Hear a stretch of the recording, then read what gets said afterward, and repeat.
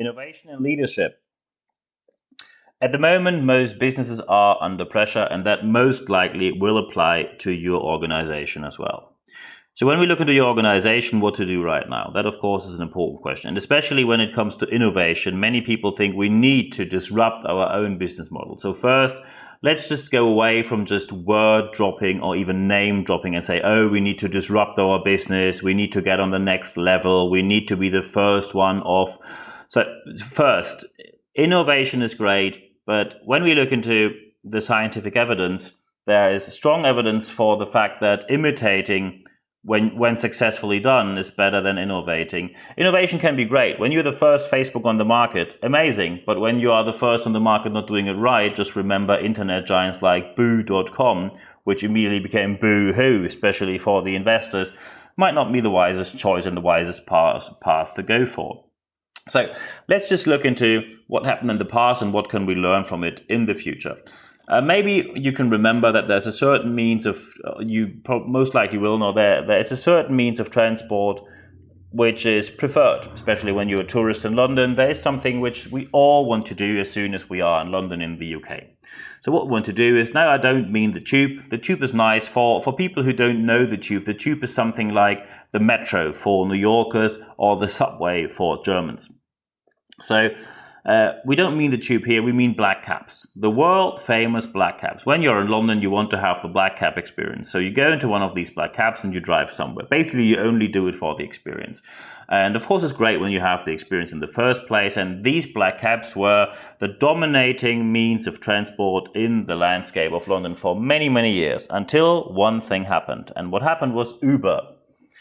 You most likely will have heard of Uber, but you will not have heard, especially when you don't leave the country you live in very often, you will not have heard that Uber struggled in many countries. And I'm not talking about Uber not being profitable. That, when you look into investors and their different strategies to invest and why they do invest in that way, there is a certain scheme behind that. Suddenly you can have companies who will never be profitable, at least on paper, and still are running very well and become a significant disruptor to your market. Uber is an app. You just open the app on your smartphone and then you can choose what kind of quality ride you want. There's Uber X, which is simply people with a car. Then you have Uber XL, which is a larger car. Then, of course, you have Uber Access for people who need help when they travel. Then you have Uber Exact and Uber Lux, which is either upper class cars or luxury category.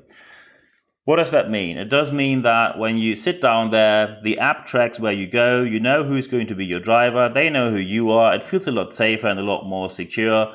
And of course, at the end, you pay automatically with your credit or debit card, and then you get an invoice via email, which you can also use with any kind of accounting systems meanwhile. So very comfortable. That, of course, disrupted the market of the black cabs. And just to get rid of one myth, when you think that black cabs lost many of their clients due to Uber, the first thought you need is, why did that happen? So first, a major wrong claim was that many young people go home by black cabs. That is simply not true. When I went out to clubs, and I'm still, many of you who know me know that going out clubbing is still one of my main hobbies, especially during the weekend. I like electronic music, and where do you hear great electronic music? It's inside a club. Of course, not at the moment. Still, when I'm inside a club, there's a certain hour where I decide to go home, and then I see young people standing in front of the club who want to go home as well, and especially when they live a bit further away where the connection with public transport is not that great. They don't call a black cab. What they do, they did go to illegal drivers. People who just stood there and said, hey, for £10, £20, I'm going to drive you home. And with Uber options now available where you can share different rides with other people, it simply means it is a lot safer and it's a lot cheaper.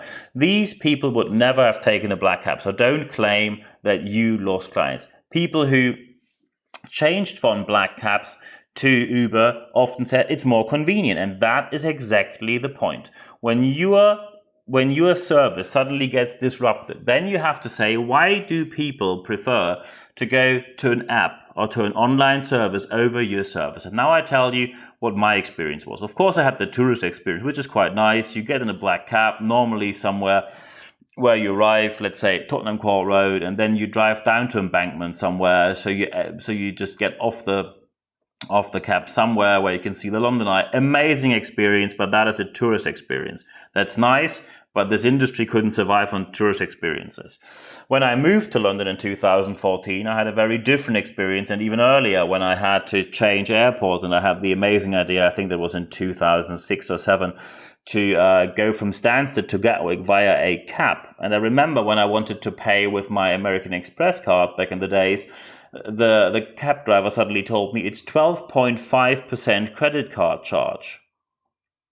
12.5%. Not only do you have a £150 bill for driving from one airport to the other, then they tell you for using a card, which was not even new at that moment, you have to pay a significant amount of money more. When you behave in a way, when you suddenly become uneasy to work with, you basically ask your competitors to show up and take away your business. I founded my business in 1998, and I did it as a student on the side. It was never meant to be my main main aspect of living, but then it turned out to be that this is going to be my passion, also something which I'm reasonably good at according to feedback of our clients. I do all my business since I started this business based on a handshake. Everything I do is based on a handshake. It's called the Hanseatic Tradesman's Handshake.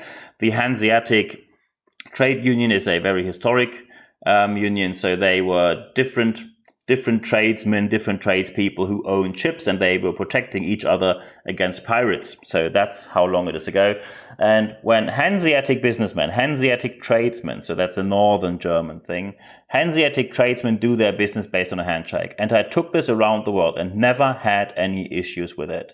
I never had to run after my money. I never had to ask people to, hey, what about this? We agreed on that. The handshake is still valid. And that is something which, in my opinion, is very good. So, and of course, that is also a reason why many clients like to work with us, because we don't send them complicated contracts. We don't send them complicated agreements, and we are not uneasy to work with. I am very easy to work with. You book, we agree, there we are. So what do we have at the moment? So when Uber happened, the black cabs decided to go with an external vendor as well. It was called Hailo, Hailo. That was a hailing app. You could simply either get limousines from business drivers, or you could get black cabs. These were the two options. That worked reasonably well. Now on the market you have the app called Get, G-E-T-T, for black cab drivings, not only for private customers available, but also available for many companies where they arrange all their travel. So that works reasonably well. What does that mean for you? I'll just give you an example. Sometimes you have innovation which is simply put in place for the sake of innovation. We have a, let's say, mid to larger size business, and suddenly the owner thinks we have to step into the online world. So first, that's a good idea. Then, of course, the question is, how do we do it? So he announced to the sales team that we are now going to have an online shop. And they were selling, for example, parts of ships and motors, so quite heavy machinery where people don't invest that easy. And although, of course, spare parts are cheaper than buying a whole new motor or a whole new ship, it simply means that, let's say, people think about what they buy. They think about that thoroughly. It is a complex and complicated product. It's a complex and complicated market, so you need a sales team. What went wrong in this example was that they simply said, we're going to have an online shop.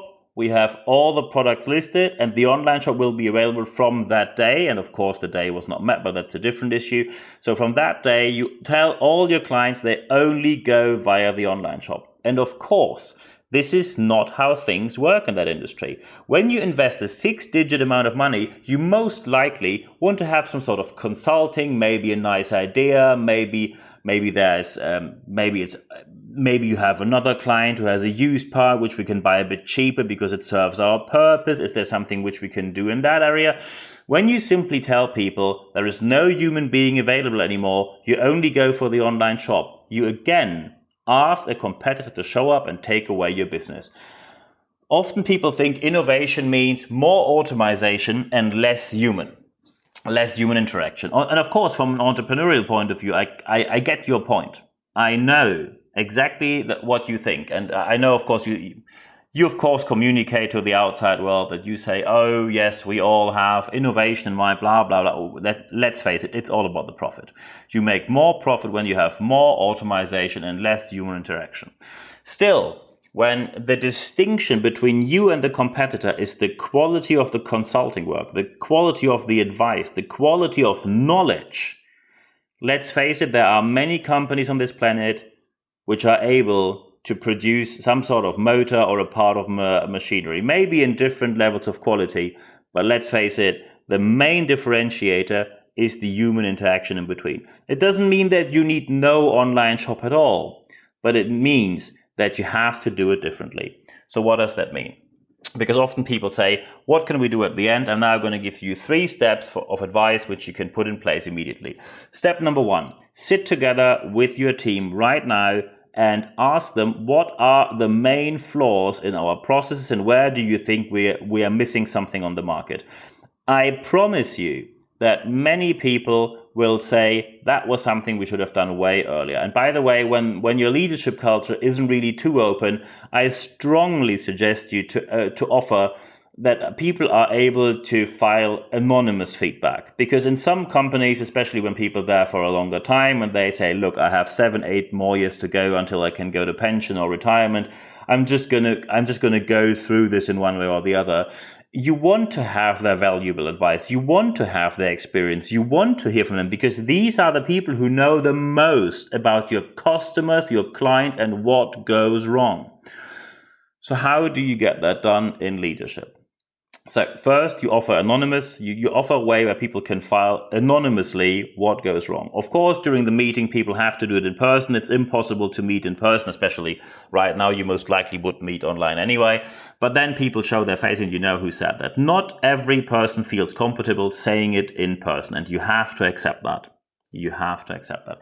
Step number 2. Now you have a quite long list. You then focus on the most pressuring objectives. And this is where the leadership team has to step back. You now ask the people not who are highest in the hierarchy, you ask the people who are closest to the customers, closest to the decision makers, and closest to the people who sign off your, most likely, contracts.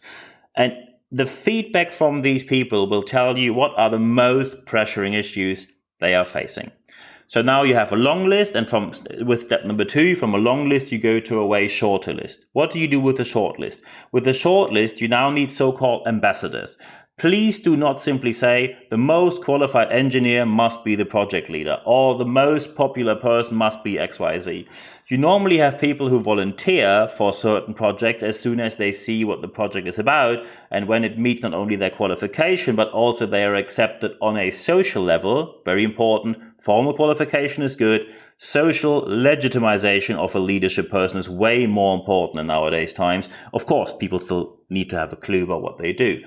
Still, you ask people who wants to be the ambassador for, and then you name 1, 2, 3 different projects. Most likely not more than, it's better to focus on 1 project delivered very well than on 3 projects delivered in a very average way. So you ask who is going to be the ambassador for X, Y, Z, and you allow these teams to find each other. The only thing you should take care of is that teams have a certain level of diversity, because we all know that more diverse teams get better results. By the way, if you still refuse that, and if you still say, oh, we are not diverse, major disruptors and the real idea of how to disrupt the market and to succeed out of a crisis was always done in diverse teams. Not only talking about Apple or Facebook. When someone would have told you, I'm going to start some sort of taxiing service, they would all have told you, you're plain mad. They are all on the market already. Well, Uber's still here and they disrupt markets globally.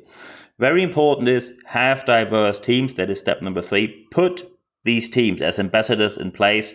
And from that point on, you will drive innovation in a way more positive way than you have done ever before. Of course, I'm happy to help you. Just drop me an email to get into further discussions or chat. Let's have a phone call about that. Happy to do that. But now, I just wish you all the best when implementing this in your organization. And for today, I just have to say thank you very much for your time.